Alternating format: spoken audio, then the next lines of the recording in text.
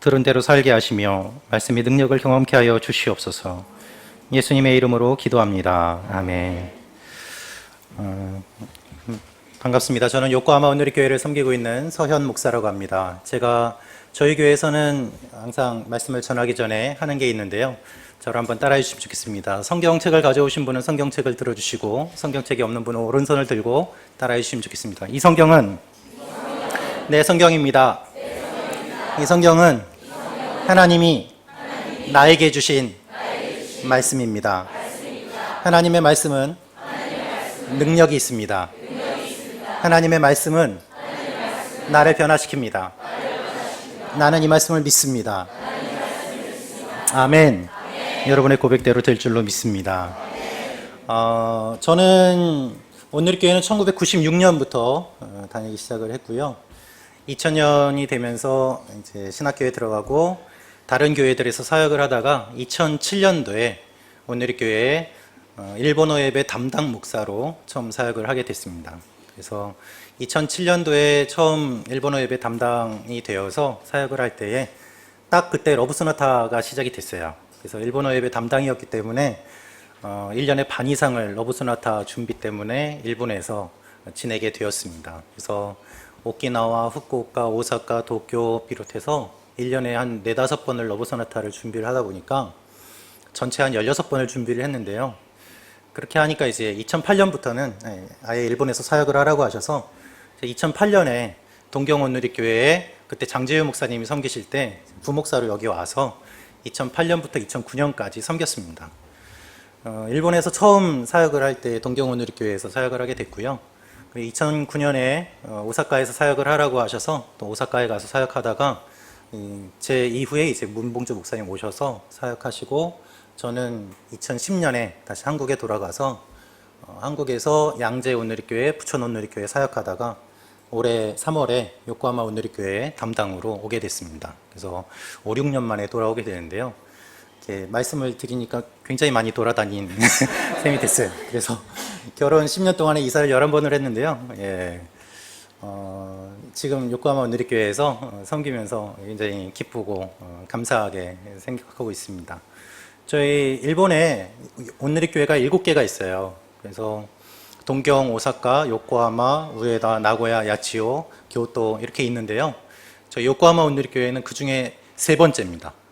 규모가 3번째로 큽니다. 그래서 동경, 오사카 다음에 요코하마인데요. 문제는 2위하고 3위하고 격차가 너무 많이 커서 저희는 지금 한 130명 정도 예배를 드리고 있어요. 그래서 일본어 예배 65명 정도, 한국어 예배 55명, 그리고 자녀들 해서 한 20여 명 예배를 드리고 있고요. 저희 교회 특징은 근처에 차이나타운이 있어서 그 대만 분들이 나옵니다. 그래서 대만 분들도 한 10분 정도 돼서 정말로 이렇게 나라와 상관없이 함께 모여서 예배를 드리는 아름다운 공동체로 자라가고 있습니다. 재밌습니다. 오늘 여기 와서 이렇게 말씀을 증거하게 돼서 감사하고요. 계속해서 저희 교회에서는 예배가 무엇인지, 믿음이 무엇인지, 신앙의 기본적인 그 내용들을 살펴보고 있는데, 오늘은 여러분과 함께 예배 중에서도 찬양에 대한 부분들을 좀 나누기를 원합니다. 이거 끝나고 청년부 예배 때는 제가 말씀에 대한 걸 할 건데요. 그때 예배 드리실 분이 남으시면은 또 더 좋을 것 같고, 그렇게 안 하실 것 같아요, 표정이. 예, 그냥 자유롭게 하시면 되겠습니다. 예. 할렐루야. 예, 오늘 우리가 하나님께 드릴 것 찬양이라는 제목으로 하나님 말씀 나누도록 하겠습니다. 여러분, 우리는 하나님께 예배를 드립니다. 그렇죠?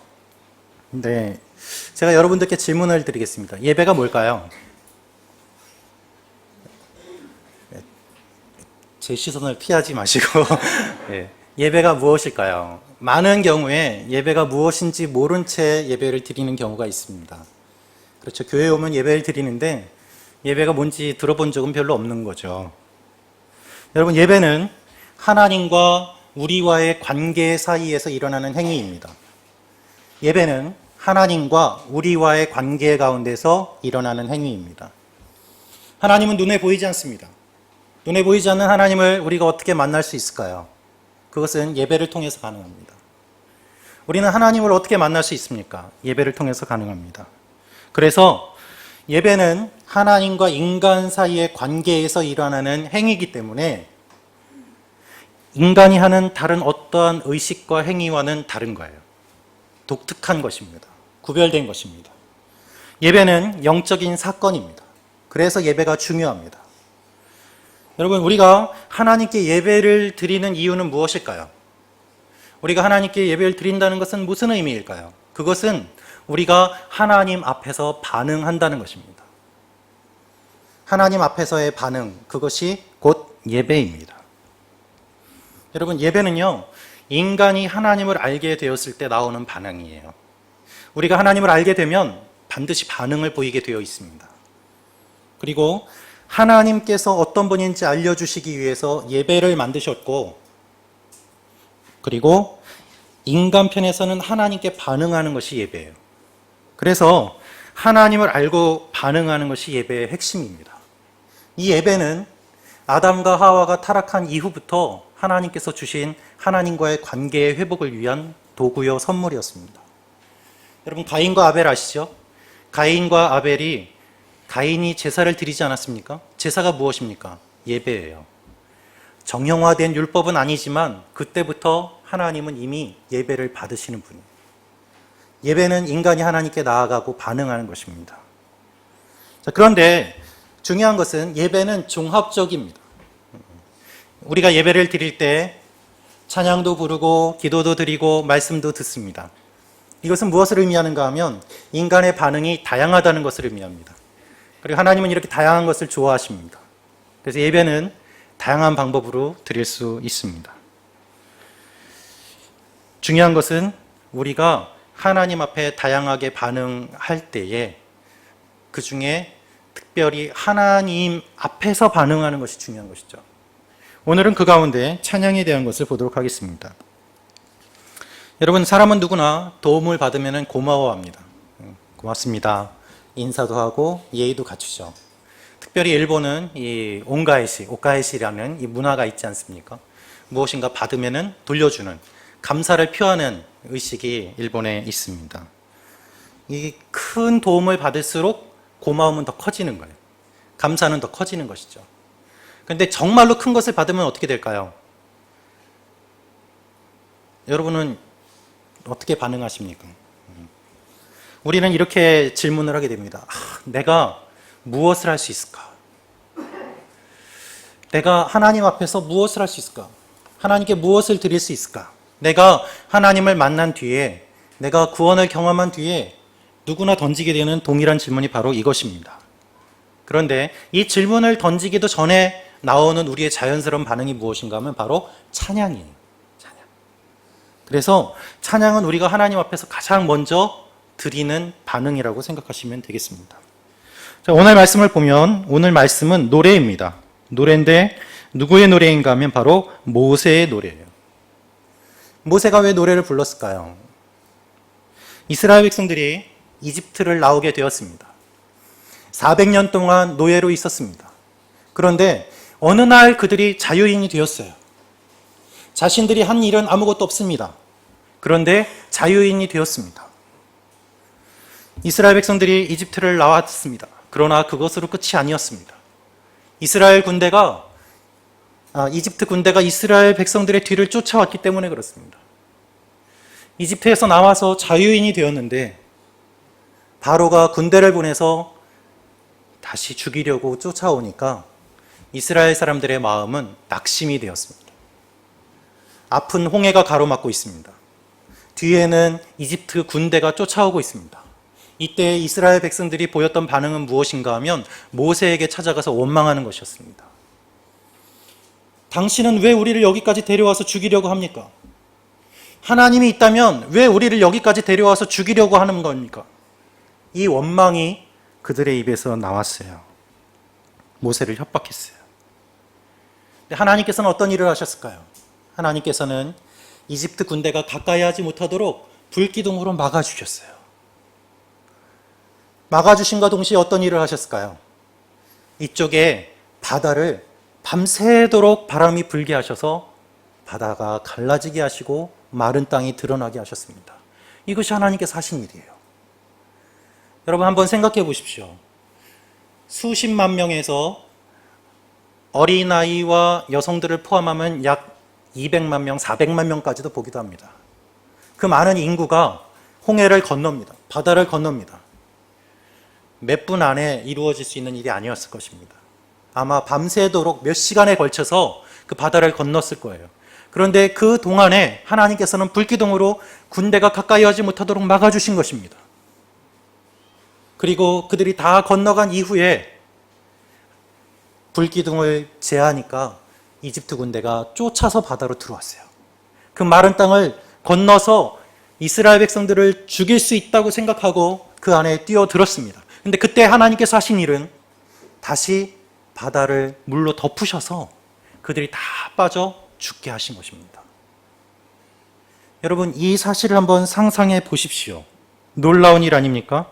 그것이 출애굽기 14장 25절과 28절 말씀에 기록되어 있습니다.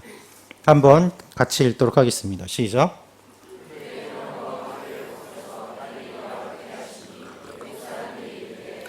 이스라엘 앞에서 우리가 도망하자. 여호와가 그들을 위하여 싸워 애굽 사람들을 치는도다. 물이 다시 흘러 병거들과 기병들을 덮되 그들의 뒤를 따라 바다에 들어간 바로의 군대를 다 덮으니 하나도 남지 아니하였더라. 아멘. 하나도 남지 아니하였더라. 저들의 신 여호와가 우리와 싸우고 있다. 이집트 군대들이 그렇게 고백을 했고, 그리고 하나도 남지 않았습니다. 그 일이 이렇게 일어난 것을 보고서 이스라엘 백성들이 하나님을 믿게 되었어요. 우리 31절 말씀 같이 읽겠습니다. 시작. 이스라엘이 여호와께서 애굽 사람들에게 행하신 그 큰 능력을 보았으므로 백성이 여호와를 경외하며 여호와와 그의 종 모세를 믿었더라. 그렇습니다. 이들이 하나님을 믿었어요. 지금까지 10가지 재앙을 통해서 하나님의 살아계심을 경험했지만 그럼에도 불구하고 끝까지 믿지 못했던 이스라엘 백성들이 이제는 하나님이 살아계신 것을 믿었다라는 거예요. 하나님의 능력을 보고 하나님을 믿기 시작한 그들이 보인 반응이 무엇일까요? 바로 15장 1절 말씀이에요. 15장 1절 말씀 다시 읽겠습니다. 시작. 이때 모세와 이스라엘 자손이 이 노래로 여호와께 노래하니 일러스되 내가 여호와를 찬송하리니 말과 그 탄자를 바다에 던지셨음이로다. 아멘. 자신들의 눈앞에 펼쳐진 놀라운 일을 보면서 그들은 기뻐 뛰며 노래하기 시작했습니다. 하나님이 이렇게 하셨구나라고 흥에 겨워서 춤을 추기 시작을 했어요. 이것이 찬양이에요. 여러분, 여기에서 노래라는 말을 주목해서 보십시오. 모세와 이스라엘 자손이 이 노래로 여호와께 노래하니 라고 되어 있습니다. 여기에서 노래라는 말은 히브리어로 시르라는 말인데 이 말의 뜻은 노래를 부른다는 거예요. 노래를 부른다. 즉 하나님께서 이루신 구원의 사건을 보고 이스라엘 백성들은 노래를 불렀어요. 이것이 찬양의 의미입니다. 여러분, 찬양은 뭘까요? 쉽게 말씀드리면 노래 부르는 거예요. 누구에게 노래 부릅니까? 하나님께 노래 부르는 거예요. 물론 성경에는 이 찬양이라는 말이 다른 말로도 또 기록되어 있습니다. 이 힐이라는 히브리어로 쓰고 있는데요. 이것은 창세기 12장 15절에 기록되어 있는 말이에요. 처음 나오는 말인데 한번 12장 15절 말씀 읽어보도록 하겠습니다. 시작. 바로 앞에서 칭찬함으로 그 여인을 바로의 궁으로 이끌어들인지라. 예. 아브라함의 아내 사레를 보고서 예쁘게 생겼으니까 사람들이 칭찬해서 바로의 궁으로 데리고 갔다. 그때 사용한 말이 이 말이에요. 히르라는 말입니다. 즉 이것은 하나님께 찬양을 드린다는 말이 아니라 칭찬했다, 그냥 높였다, 사람에게 썼던 말이에요. 제일 처음에 히르를 여기에 쓴 것은 하나님을 높인다는 의미가 아니었습니다. 그래서 출애굽기 15장 1절 말씀은 굳이 이 히르가 아니라 다른 단어를 시르라는 말을 써서 노래를 부른다는 것을 표현했어요. 그러므로 여러분, 하나님을 대상으로 해서 노래를 부른 처음 단어, 그게 여기 15장 1절에 기록됐다는 거, 여기에 의미가 있습니다. 이게 찬양이에요. 여러분, 무슨 의미가 있습니까? 노예에서 자유인이 된 이스라엘, 무기도 없이 아무것도 없던 이스라엘이 이집트 군대를 이긴 사건, 금도 없고 은도 없던 그들이 이집트에서 나오면서 금과 은을 가지고 많은 풍성한 것을 누리게 된 사건, 완전히 입장이 반대로 뒤집어진 이 사건이 하나님의 구원 사건이요, 그 구원 사건 앞에서 노래를 부른 것이 찬양이라는 것입니다. 여러분, 이것은 아브라함 때부터 주신 하나님의 약속이 성취된 사건이에요. 놀라운 일입니다. 단순히 눈에 보이는 이겼다라는 것이 아니라 하나님의 약속이 성취된 사건을 보면서 그들은 이것이 얼마나 귀한 일이고 하나님이 어떤 분인지를 보여준 귀한 사건이기 때문에 노래를 부르는 거예요. 하나님을 향해서 노래를 부르는 것, 그것이 찬양입니다. 그래서 모세는 의도적으로 여기에서 노래라는 단어를 써서 하나님이 하신 구원 사역 앞에서 하나님을 높이는 노래를 부르고 있습니다. 여러분, 찬양은 무엇입니까? 노래를 부르는 거예요. 누구에게 노래를 부릅니까? 하나님께 노래 부르는 거예요. 노래는 뭘까요? 노래는 공기의 떨림입니다. 그죠? 공기 반 소리 반. 이거 웃으시는 분은 이렇게 한국의 그 프로그램을 보신 분이고, 그렇지 않은 분은 잘 모르실 거예요. 그런데 여러분, 노래는 소리하고 달라요. 그죠? 노래하고 소리하고는 다릅니다. 동물들도 소리는 냅니다. 그런데 동물들도 멜로디가 있어요. 근데 동물들이 내는 소리하고 사람이 부르는 노래하고는 무슨 차이가 있을까요? 가사의 차이가 있습니다. 동물의 노래는요, 동물의 소리는 가사가 없어요. 그죠? 그냥 멜로디만 있을 뿐이에요. 근데 사람이 부르는 노래는 가사가 있습니다. 여러분, 우리가 지음받은 목적이 무엇일까요? 우리 이사야서 말씀 같이 읽어보도록 하겠습니다. 이사야서 43장 21절 말씀입니다. 시작. 나를 찬송하게 하려 함이니라. 그래요. 우리가 지음받은 목적은 하나님을 찬양하기 위함입니다.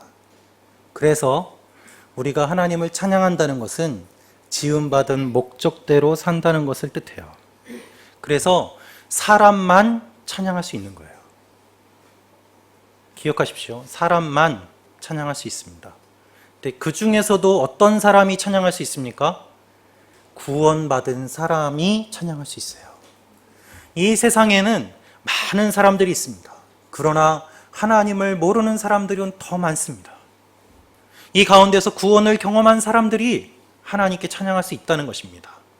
왜요? 구원을 받았다는 것은 지음받은 목적이 회복됐다는 것을 의미하거든요. 여러분이 이 땅에 있는 이유는 하나님을 찬양하기 위함입니다. 내가 잘 먹고 잘 살기 위해서 있는 게 아니에요. 그래서 그리스도인의 특권이자 의무는 바로 찬양입니다. 여러분, 우리가 천국 가서 할 수 있는 일이 뭘까요? 찬양이에요. 영원히 하나님 옆에서 하나님을 찬양해요. 그게 우리가 천국 가서 하는 일이에요.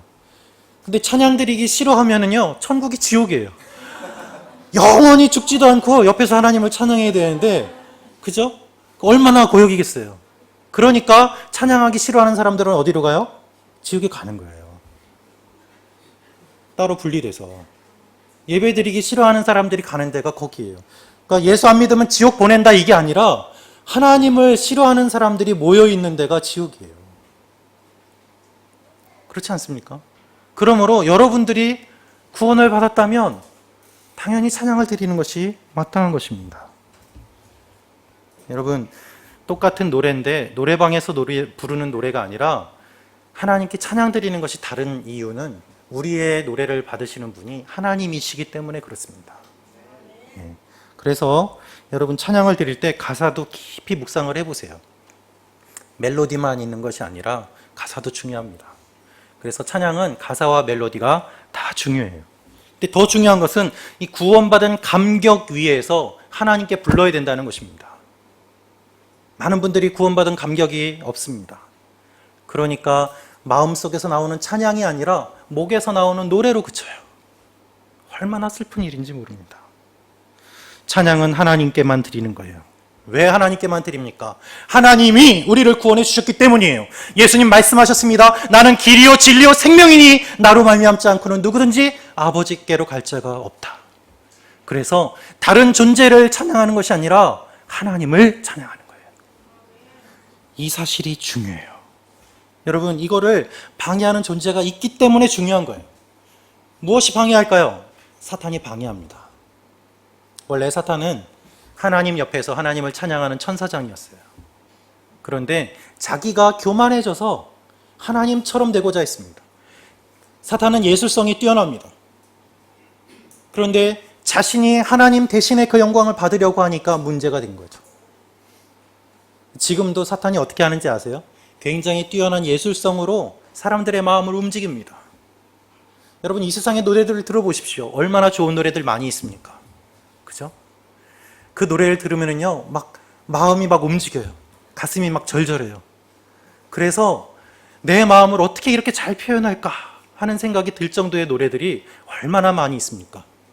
그죠? 내 나이가 어때서, 그죠? 얼마나 마음을 잘 표현해요. 인생이 얼마나 긴데 내 나이가 어때서 하면서 굉장히 단순하지만은 우리의 마음을 절절하게 움직이는 그런 노래들이 있어요. 그게 힘이에요.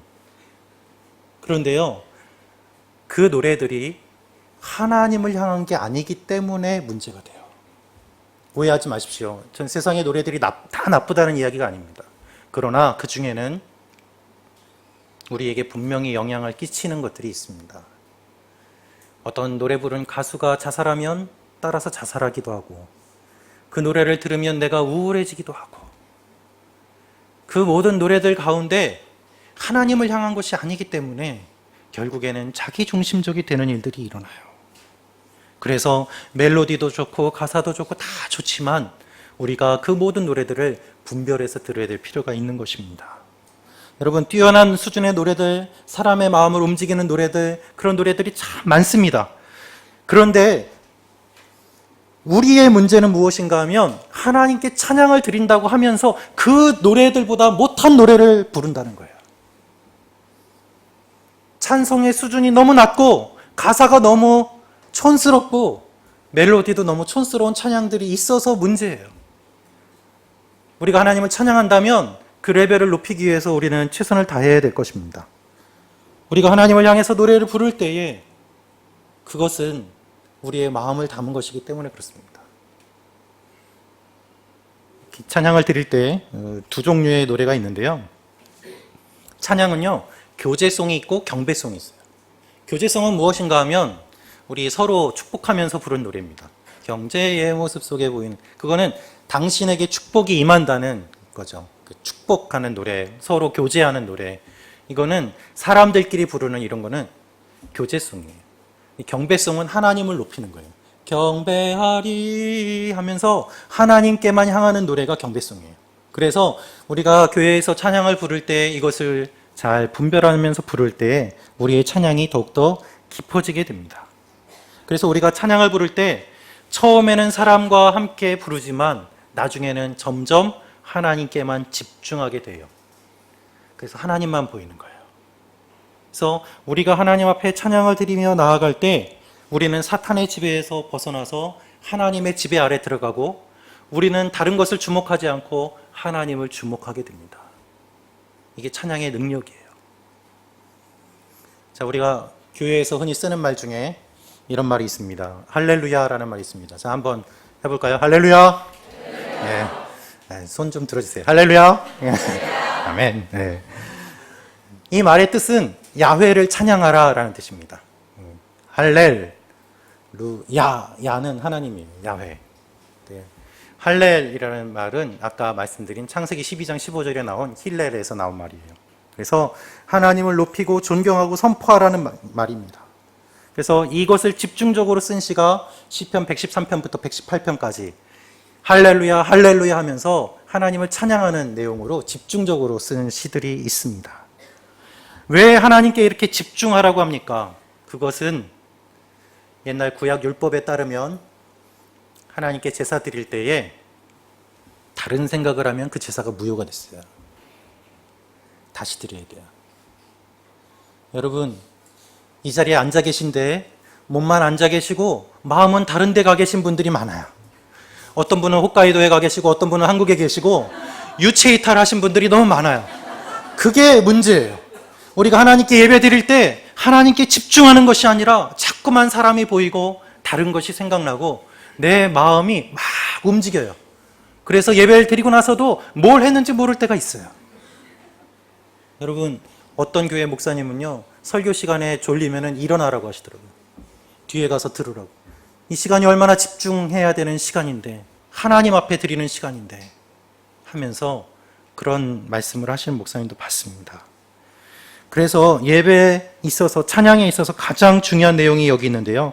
그것은 무엇인가 하면 바로 하나님의 임재예요. 임재. 하나님이 임재하시는 것을 경험하는 것이 찬양의 가장 중요한 것이요, 예배의 가장 중요한 것입니다. 우리 시편 22편 3절 말씀 같이 읽겠습니다. 시작.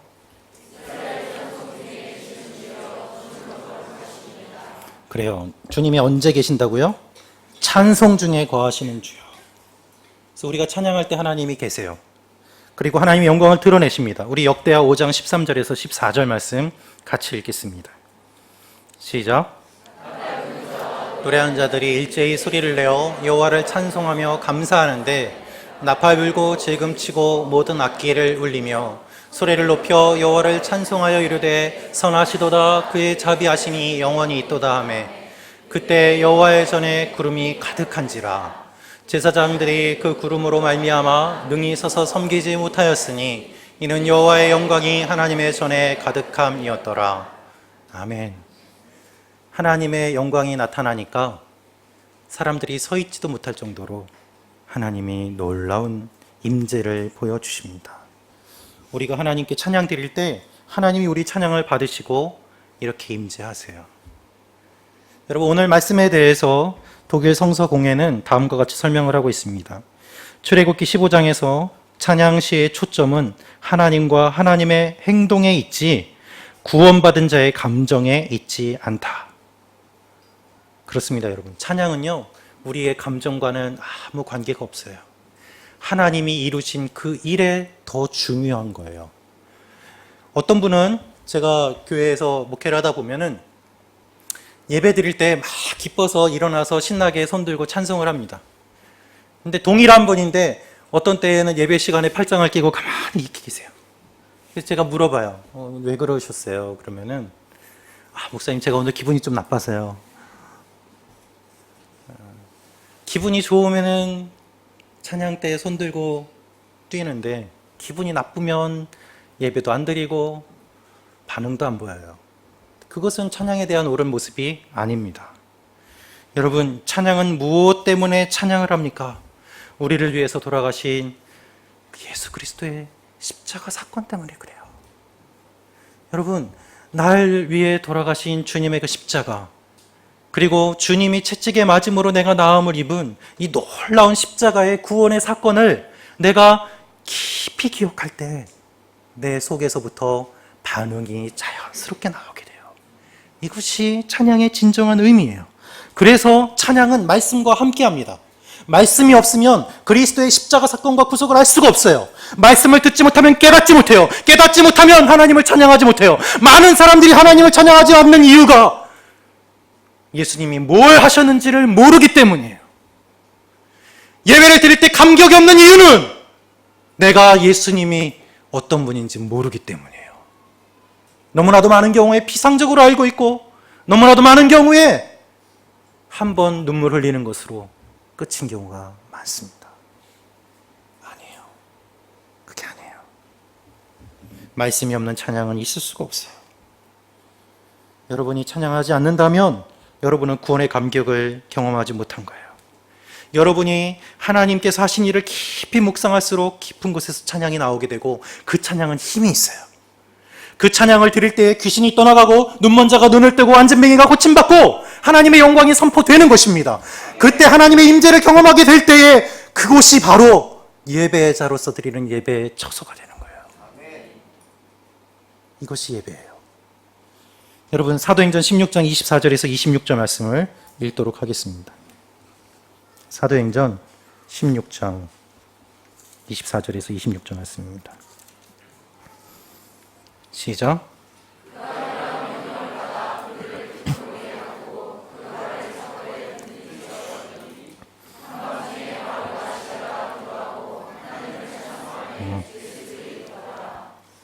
갑자기 큰 지진이 나서 옥토가 움직이고 문이 곧 다 열리며 다 벗어진지라. 아멘. 감옥에 갇혀 있을 때 바울과 실라가 찬송을 부르니까 지진이 일어나고 감옥 문이 열렸어요. 간수가 깜짝 놀라서 찾아왔습니다. 다 도망갔으면 어떻게 하나? 나는 죽는구나. 그런데 아무도 도망가지 않고 그 자리에 있었어요. 그리고 간수에게 복음을 전합니다. 주 예수를 믿으라. 그리하면 너와 내 집이 구원을 얻을 것이다. 이 간수가 예수님을 믿습니다. 여러분, 이것이 찬양의 능력이에요.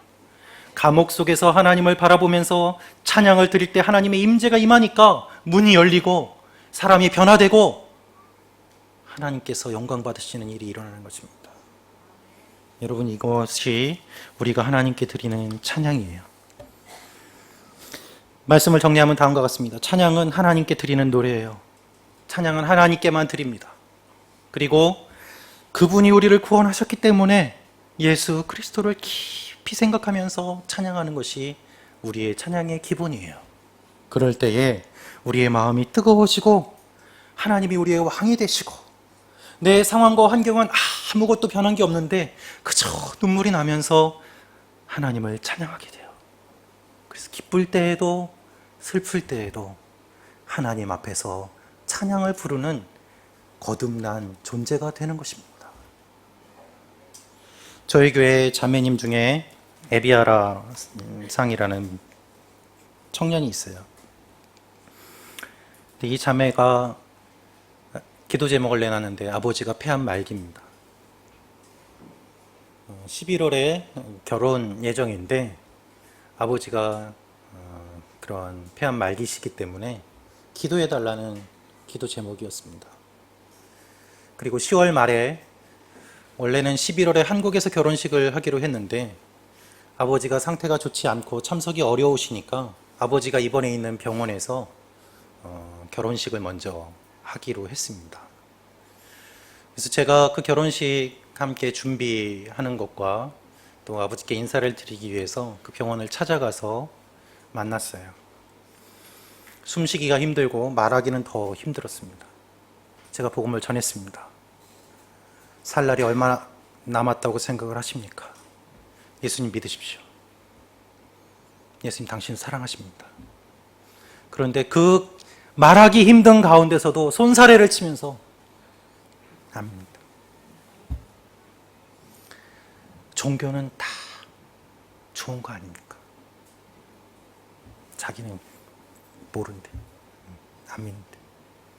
그래서 제가 안타까운 마음에 강제로라도 머리에 손을 얹고서 기도하면서 예수님 믿으시라고 마음을 여시도록 하나님께서 조금 상황이 좋게 하시고 마음이 열리게 해달라고 기도했는데 그 기도를 할 때도 손을 막 내치는 거예요. 그리고 그 다음 주에 그 병원에서 결혼식을 했습니다. 사진을 좀 보시죠. 네. 병원에 입원해 있는 환자분들이 꽃가루를 잘라서 종이를 잘라서 꽃가루를 만들어 주시고 또 그 병원에서 이렇게 결혼을 하는 게 처음이라고 그래서 굉장히 간호사분들을 비롯해서 많은 분들이 도와주셨어요. 다음 장에 보여주시죠. 그래서 누워있는 채 베드를 옮기고 저런 상태에서 결혼식을 진행을 했습니다. 가족들하고 또 저희 교회하고 교회 성도님들하고 해서 같이 참석을 했습니다. 다음 장. 네, 다음. 네, 저렇게 누워있는 가운데서 말하기 그렇게 힘든데도 큰 소리로 우레시 기쁘다. 그 이후에 이 자매가 계속해서 복음을 전하도록 권면을 해주고 그리고 아버지의 마음이 많이 열린 가운데 감사함을 느끼고 왔습니다. 그리고 나서 며칠 뒤에 이 자매에게서 전화가 왔어요. 밤 10시 목사님 아버지가 돌아가셨어요. 제 마음이 참 아팠습니다.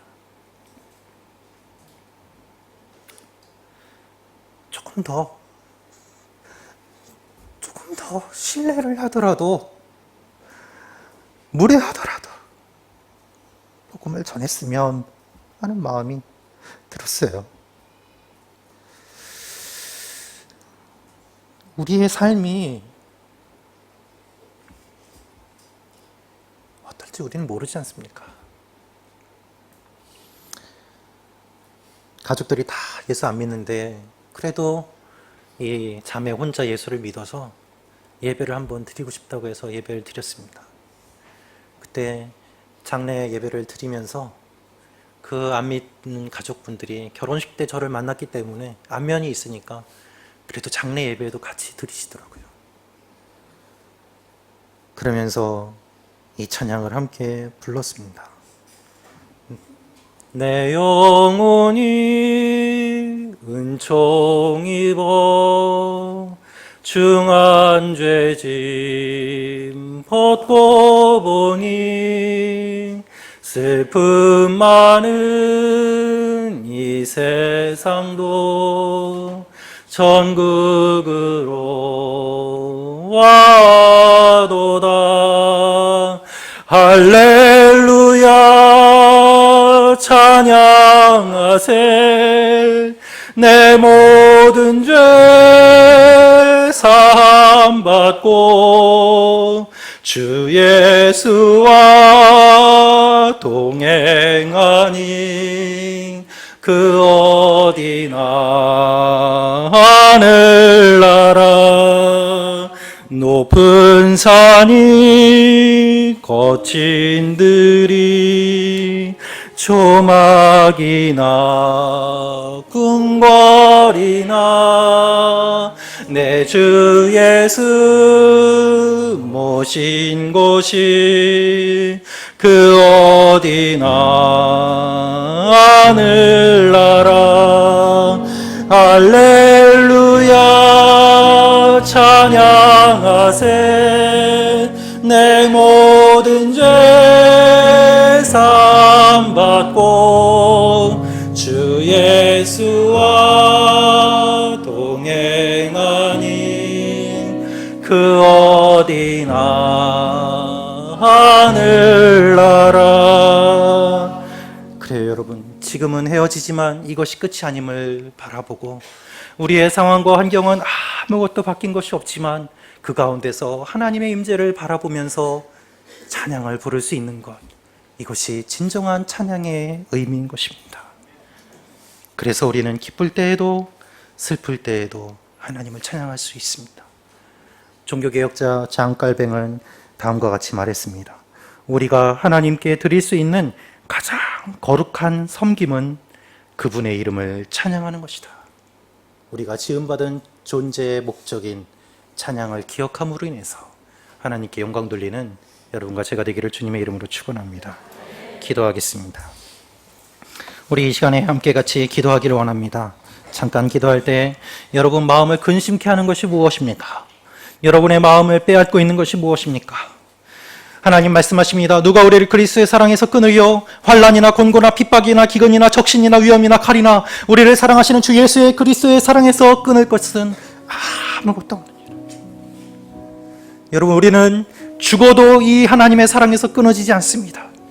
죽어도 다시 살아납니다. 우리를 힘들게 하고 괴롭게 하고 그리하여서 하나님이 아니라 다른 것들의 시선을 빼앗기게 하는 여러 가지 사탄의 시험과 유혹에도 불구하고 우리는 하나님을 찬양하며 나아갈 것입니다.